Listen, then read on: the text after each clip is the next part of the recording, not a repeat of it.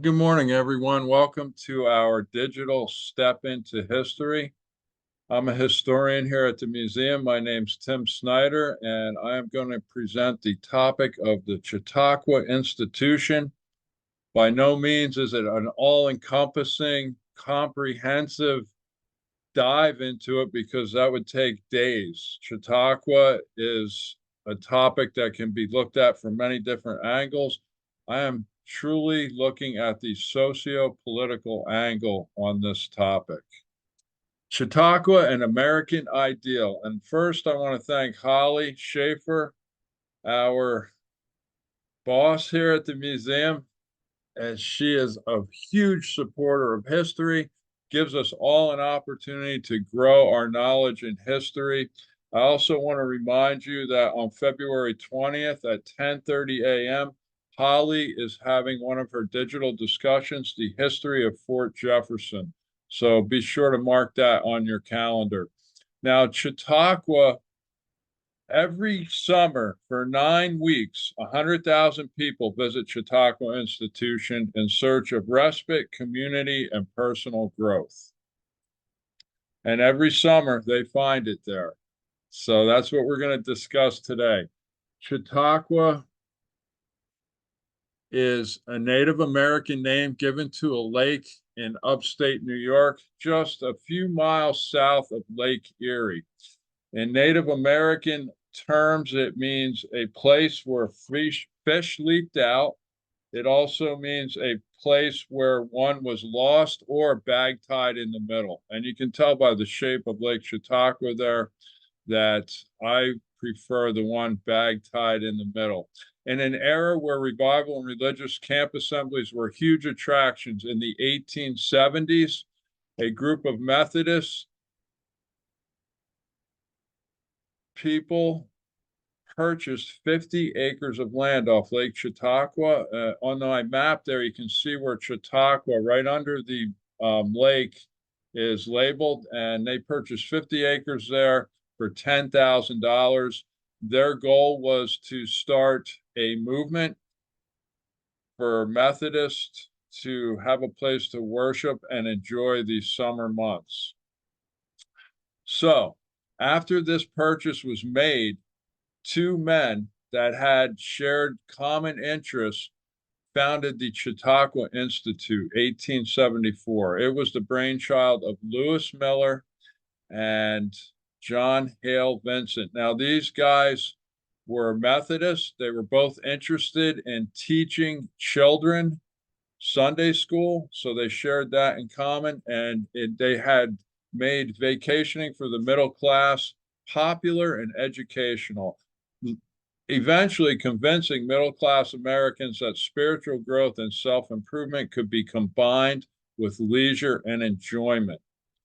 The mission that I found, Chautauqua's mission today, is they provide a variety of services of worship and programs that express the institution's Christian heritage as well as its interfaith commitment. So by no means do they adhere to just being Methodist. The institution was originally the Chautauqua Lake Sunday School Assembly, and it was founded by these two men right here in 1874. As a community, Chautauqua celebrates, encourages, and studies the arts and treats them as integral to all of learning. With symphony, opera, theater, dance, visual arts, and a renowned musical school, Chautauqua produces an ecstatic mix of programming that can be found nowhere else. That is their mission statement of today. Now, young Lewis Miller was interested in educating Methodist youths, and he formed a Sunday school format for the children of the First Methodist Church in Akron, Ohio. He even patented his Sunday school plan. It included the physical format you see on the right, where the youth would have their classrooms upstairs in the balcony area while the adults had their Sunday worship downstairs. And it was dedicated in 1868. That's where these two men met. They met at the dedication of the Sunday school known as the Akron Plan. That's what Mr. Lewis Miller named it. They had a common goal. They wanted to spread their faith to the masses of people. Miller was a longtime chairman of the Board of Trustees of Mount Union College, also, just a side note. So Lewis Miller was very interested in education. He also was an inventor in his own right. He had several patents. Of course, one included the Buckeye mower. That was what we would call the first combine. And he also was involved in the Altman Miller Farm Manufacturing Company. So his Buckeye mower was ready for market in the 1860s. Now, his partner on this project, Reverend Vincent, he was interested in growing Methodist Church through attraction as well as promotion. He published the Chautauqua Movement, the Church School and its Officers, Studies in Young Life, a study in pedagogy, Earthly Footsteps of the Man of Galilee, Family Worship for Every Day in the Year. Mr. Vincent started out as a school teacher.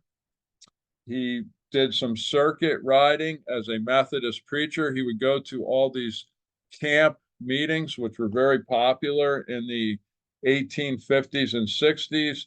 In 1857, he actually was ordained in the New Jersey Conference of the Methodist Episcopal Church. So he was very well schooled. And he also started two religious periodicals, the Northwestern Sunday School Quarterly in 1865 and the Sunday School Teacher 1866. So he was very interested in teaching youth the ways of Christian life. So in August of 1874, they got together and they started the Sunday School Teachers Assembly on Chautauqua Lake. They held their first assembly.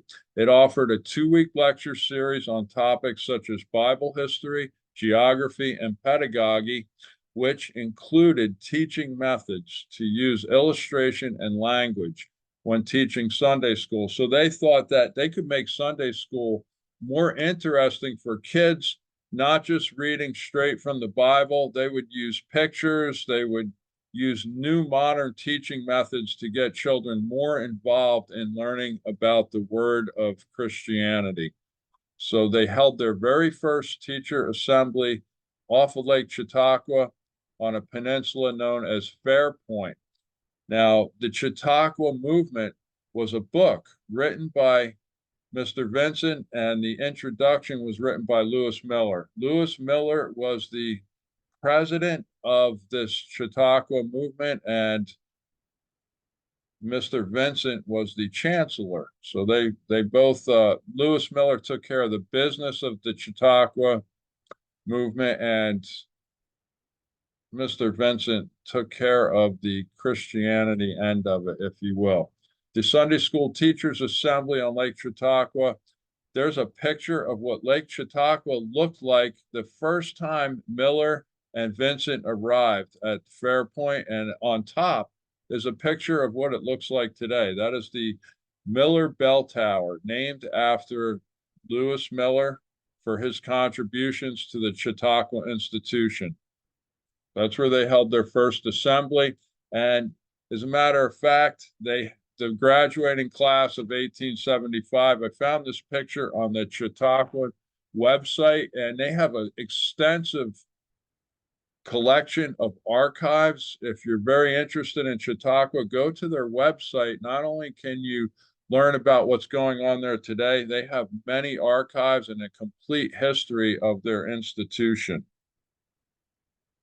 Now, the first class that graduated from the Chautauqua institution actually featured, excuse me, 1 minute,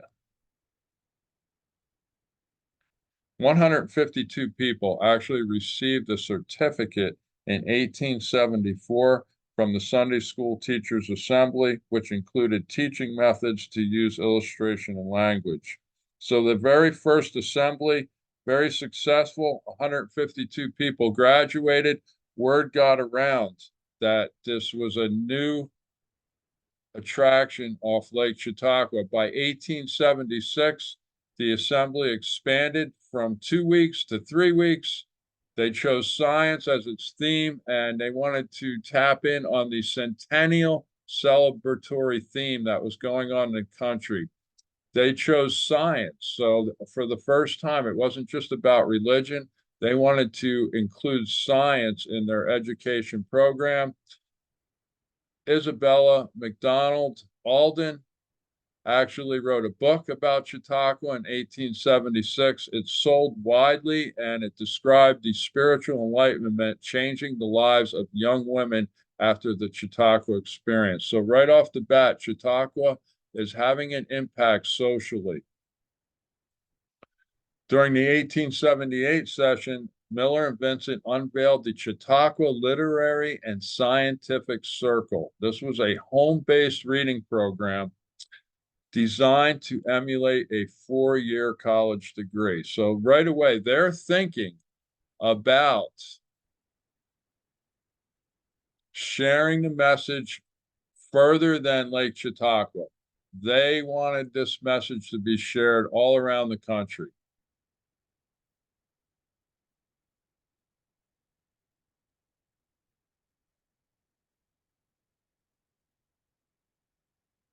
There's a look at the 1883 Chautauqua Literary Scientific Circle banner. So this was what you would see when you got to Lake Chautauqua.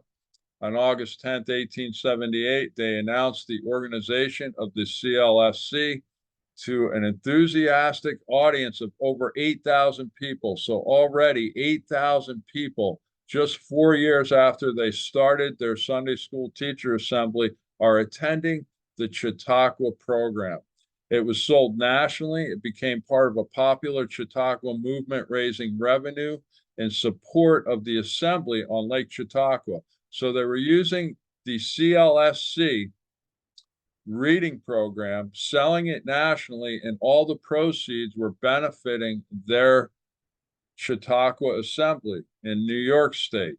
And just to give you an idea how big this was, between 1882 and 1893, 32,000 women, over 32,000 women graduated from U.S. colleges. In that same time period, 27,141 from the Chautauqua Literary Science Circle. So this was big. They were educating women on a larger scale than they even imagined.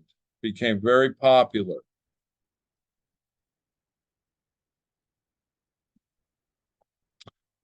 By the early 20th century, by 1900, almost all the Chautauqua Literary Scientific Circle textbooks were written by university professors. So this was a very healthy education. This is an advanced education they were offering. Herbert Baxter Adams, who was a historian, Arthur L. Kimball, physicist, along with Richard Ely and Frederick Jackson Turner, all from Johns Hopkins University. That's just a few of the authors and publishers in the CLSC program. The University of Minnesota, Chicago, Cornell University, University of Wisconsin's were all contributing to the CLSC. Graduating with one of their diplomas meant having a highly valued education. So this was an inexpensive yet very sophisticated education that you could get, and you didn't have to go to Lake Chautauqua to get it. You could buy the program anywhere in the United States. It provided a platform for new political base to blossom in the United States.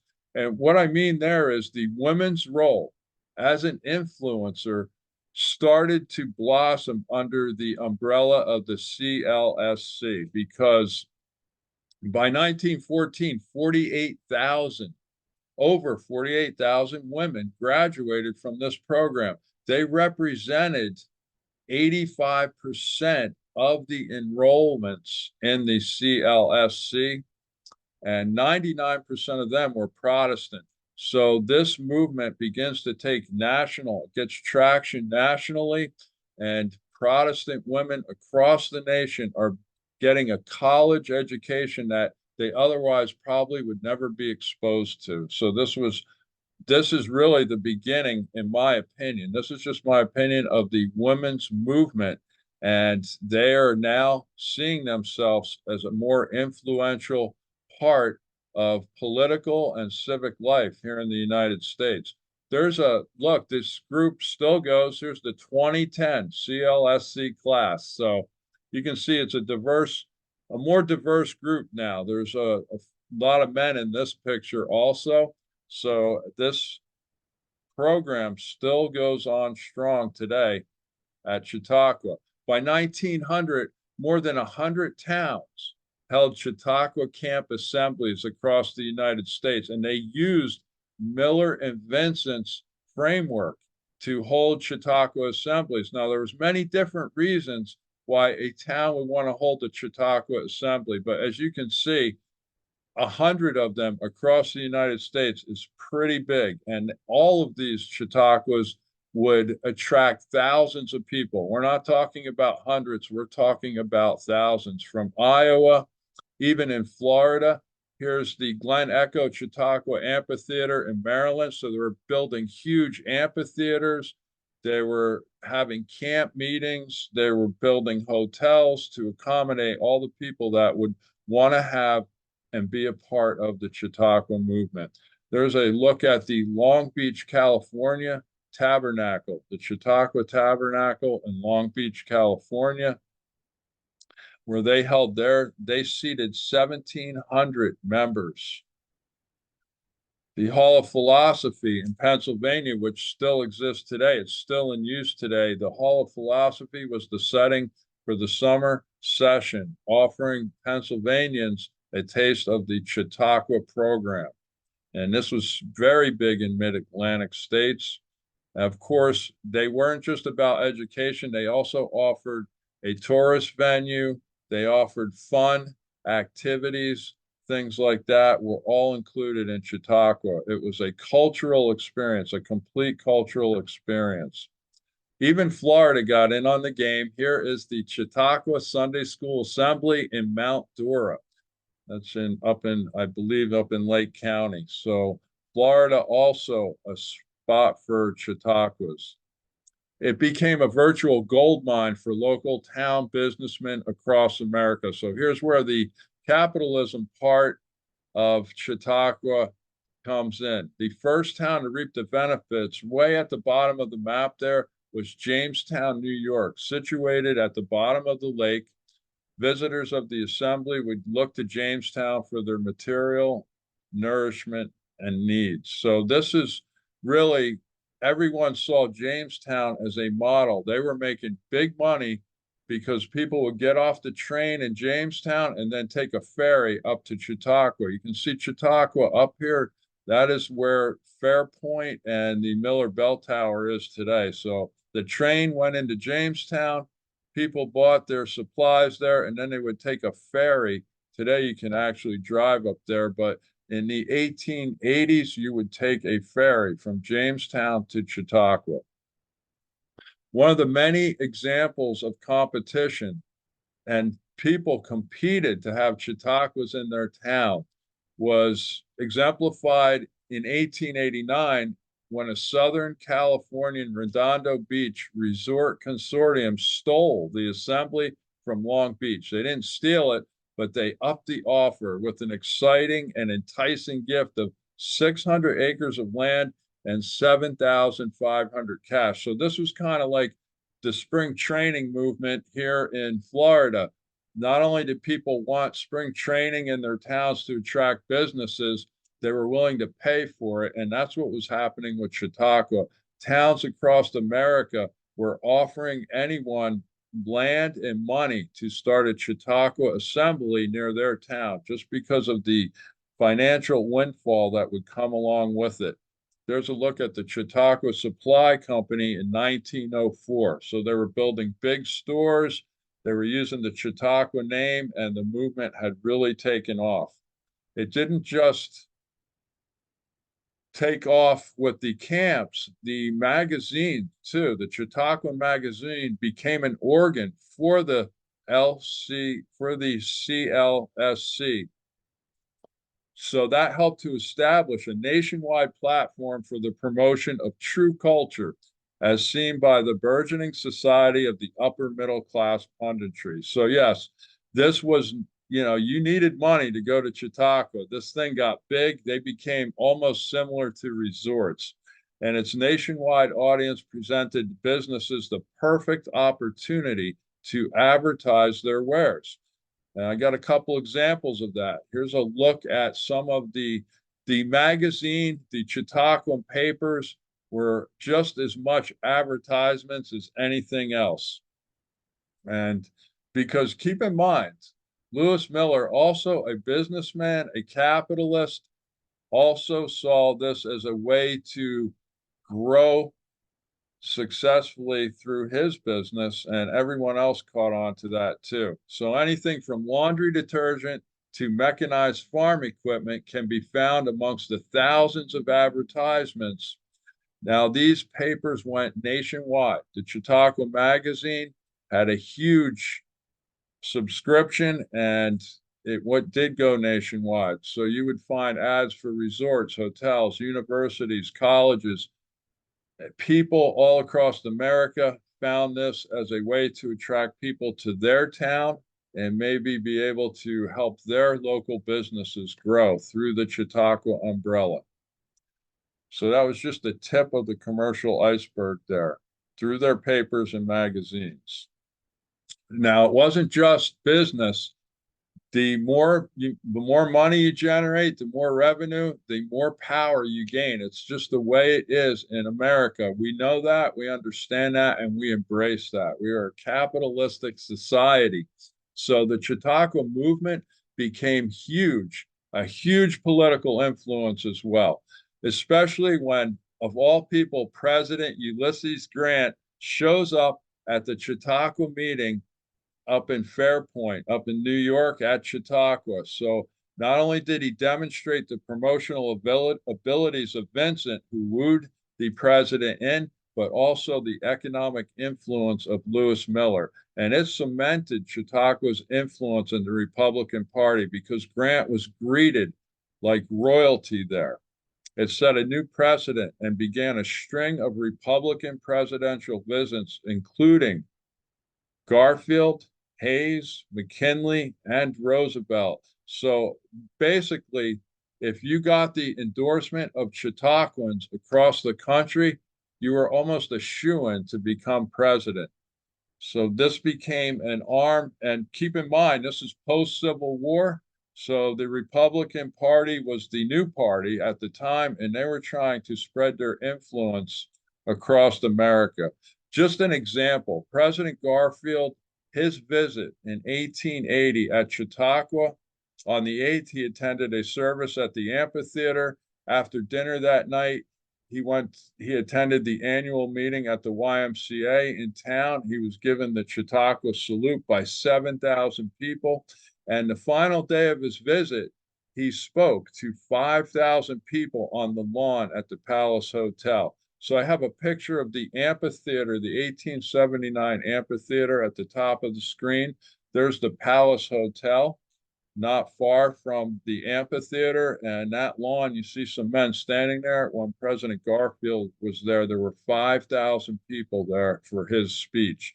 So he knew that he was seeking the endorsement of the religious right. That's what they became known as eventually. Rutherford B. Hayes, he posed here in a picture with his fellow infantry soldiers from the Civil War in 1883. They had a reunion. This was at the Ohio Hotel Lakeside Chautauqua. So you can see in Ohio, the Lakeside Chautauqua had a grand hotel also, and Rutherford B. Hayes would make an appearance there.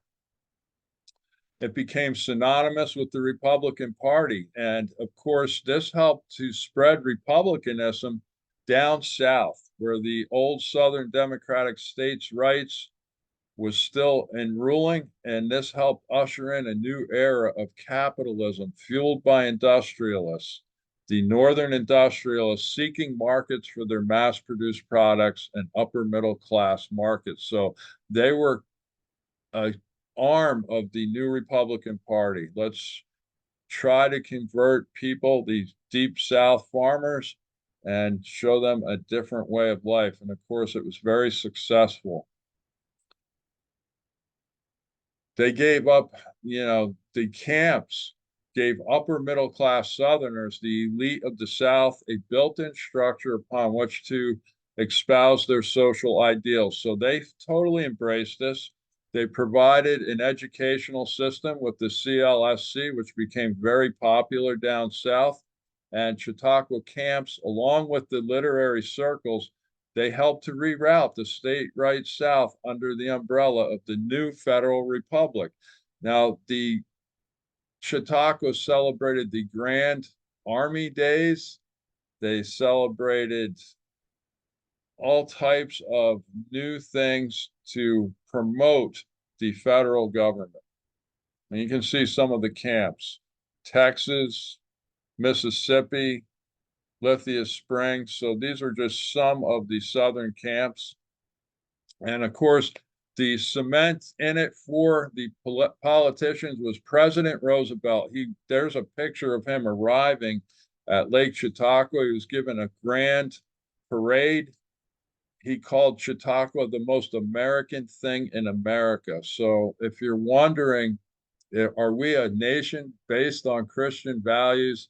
Well, Chautauqua had a huge hand in bringing that about. So to become a Republican president, you would want to get the endorsement of the Christians, and because they were the majority of our country at the time. And Roosevelt made many appearances at Chautauqua. Some other notable Republicans, so it wasn't just the early Republicans, although Taft was there. Gerald Ford also made some appearances at Chautauqua. So this became synonymous with running for president. And just don't think it was just the Republicans, because, of course, the Democrats would see the utility in getting the endorsement of the Chautauquan political influence, and they began to compete for political favor at Chautauqua. There you see Al Gore, who's actually there for a book signing. He takes a moment to shake the hand of a woman getting her copy of An Inconvenient Truth. That was a book that Al Gore published, and he did that on a Monday afternoon, and he signed over 900 copies of his book at Chautauqua. And this became big when William Jennings Bryan, one of the biggest Democrats of the time, although he never did win office, but he lectured more than 3,000 times on the Chautauqua Trail. He was a very popular speech giver. William Jennings Bryan, he was trying to represent a new progressive movement, and his Prince of Peace speech, he stressed the importance of public service, a sentiment which reflected the core principles of the Chautauqua movement. So he tapped in to the principles of the Chautauqua movement. And just as the leaders of the movement came together in service to improve the lives of their community, that's what Chautauqua is all about, through their fellowship and education. But Bryan encouraged Chautauqua audiences to do the same. So William Jennings Bryan, a very popular politician at the early 20th century, saw that there was some inroads to be made for the Democratic Party. They had to get back in on the political scene after that long string of Republican presidents. And he opened the door for the new era of Democrats like Eleanor Roosevelt. Here she is. She addressed the amphitheater on July 25th, 1933. She spoke on the new responsibilities of women, which was broadcast over a network of the National Broadcasting Company. And next to her on stage, Mrs. Percy V. Pennybacker, and to her left was Mina Miller Edison to her right. So Now this is opening a new angle for me. The Lewis Miller was Mina's father, and Mina grew up at Chautauqua. Her children grew up going to Chautauqua every summer. They all participated in the 9-week program. And so Mina, by 1933, was a very influential part of the Chautauqua movement, and it was a huge movement. Of course, Franklin Delano Roosevelt gave his famous "I Hate War" speech in the amphitheater in August of 1936. Again, happening to be on stage with the president, there is Mina Miller Edison seated to his right. Mrs. Percy V. Pennybacker also seated 3 places to the left. So you can see the influence of the Chautauquan women. They were always present and always willing to contribute to better the civic movement here in the United States. Another look, another angle of that famous speech that President Roosevelt gave at Chautauqua. Now, Mina, she remained a loyal supporter of the Chautauqua institution. She took her kids there every summer so they would come to Fort Myers for a couple months in the winter, and then it was off to Chautauqua in the summer. Charles Edison actually gave a speech in the amphitheater in 1941. He also dedicated the Miller Cottage that Mina's dad built at Chautauqua in 1966. He was there to dedicate it as a National Historical Site. Mina Edison was elected president of the Tree and Garden Club in 1932, and under her vision, Chautauqua became more garden conscious and took up the responsibilities of ensuring and maintaining the physical beauty of the institution's gardens and parks. So Mina had a huge hand at Chautauqua. She wanted to emphasize nature. That was one of her hobbies. She did that here in Fort Myers also. You can see that Mina put on exhibits. She also, there's a picture of Mina with Clara Ford at Chautauqua. My little picture out of the way there. So they were there in 1929. Now, Mina also one of the members of the Women's Community Club at Chautauqua, and they were there for the 100th anniversary of her father, Lewis Miller. They had a big celebration. It also happened to be the year of the 50th anniversary of Edison's electric lights. So you can see down here in the front row, there is Mina, and sitting next to her, Clara Ford, right there. There they are. So they were involved at Chautauqua. Mina actually helped to organize Edison Day at Chautauqua in 1931. So there's Mina. She actually graduated with a CLSC diploma later in life, 1930. So there she is posing with her diploma. The Miller women at Chautauqua, always remaining involved. This is Mina with her sisters and sisters-in-law. They were always frequently at Chautauqua every summer. They were a fixture at Chautauqua, and this would be at the Miller Cottage here. You can see that Mina in the background of in front of the Miller Cottage. So this is a frequent place for Mina to attend. She loved Chautauqua. She knew she was carrying on her father's legacy at Chautauqua. She was a huge contributor. She donated thousands and thousands of dollars to Chautauqua every year. She was very interested in keeping Chautauqua alive, and her dream's still alive today. Here's Mina speaking in the amphitheater to a large crowd of people, 1939. So Mina's sharing her vision with the Chautauquans there. Mina was able to cultivate her own legacy out from under the fame of her famous husband, Thomas Edison, and she became a force in her own right, supporting civic improvement, not just locally, but nationally. Charles Edison, there he is carrying on the family tradition. He was at the dedication ceremony. He's speaking at a podium on the porch of the Miller Cottage, now a nationally registered historical site. And to his left is Margaret Miller Newman and Nancy Miller Arndt. So these are the people that their families had a huge hand at Chautauqua, and they also wanted to keep the legacy alive. There's Charles on the porch of the Miller Cottage holding up the plaque that designated the cottage as a historic landmark. So this was the same year that Charles Edison unveiled the Museum of Science here in Fort Myers that we still have today here at the Edison and Ford Winter Estates. Now, the Miller Cottage was actually prefabricated in 1875 and shipped over to Chautauqua, and that's where President Grant spent his visit to Chautauqua as a guest of the Miller family in 1875.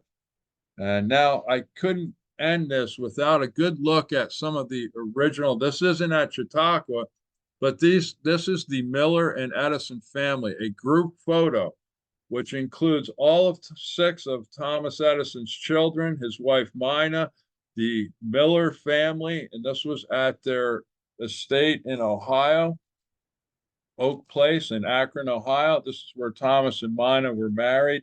And this is a picture of the 2 families in the 1890 era. So you get a look at this large group of people who every one of them would attend, everyone except for Thomas Edison. He didn't have a lot of time at Chautauqua until later in life. He was busy inventing things, but he took the time here to make an appearance in Akron, Ohio, and you can see him over here on the left. And down in the last row is Margaret Miller, the dog, and William Edison. So all the way down here, there's little William Edison, and there's the dog. We also have baby Madeline in this picture, Marion, Tom Jr. So this is quite the picture here of the families. Now, that's about the end of this. Let's just say that from arts and entertainment to educating people with the latest technologies, Chautauqua this year is celebrating its 150th year. So whether Lewis Miller and John Vincent thought that they were onto something that would last 150 years, we'll never know. But to their credit, their legacy lives on. Chautauqua is still a huge attraction. Over 100,000 people will be there this summer during their 9-week program. They will have a plethora of activities. The New York Symphony Orchestra, you can see John Meacham is appearing there this year. They have art exhibits, all types of activities. They have rowing, they have boating, fishing. It's not just an educational experience anymore. It's a total cultural experience. So if you're thinking about attending Chautauqua, plan on having a nice, relaxing, educational time there because it is uniquely American. We say that because still to this day, the American ideals of diversity, equality, and civic involvement are the ideals that Chautauquans hold dear to their heart today. They base themselves on being multi-denominational, so they're just one of the reasons why Americans still consider themselves a Christian country overall. They're very influential even to this day. So that's the Chautauqua movement that started way back in 1874 by Mina's dad, Lewis Miller. He would be very proud, so would Mina and all the Edisons, to see how Chautauqua is flourishing today. Now, all the information I got are right there for you. Anyone can look this up. I would definitely recommend going to the Chautauqua site and www.chq.org, and you can just Google Chautauqua Institution and go to their home site, and you can look at some very interesting pictures. My angle, just the political and social influence that Chautauqua had on the history of the United States.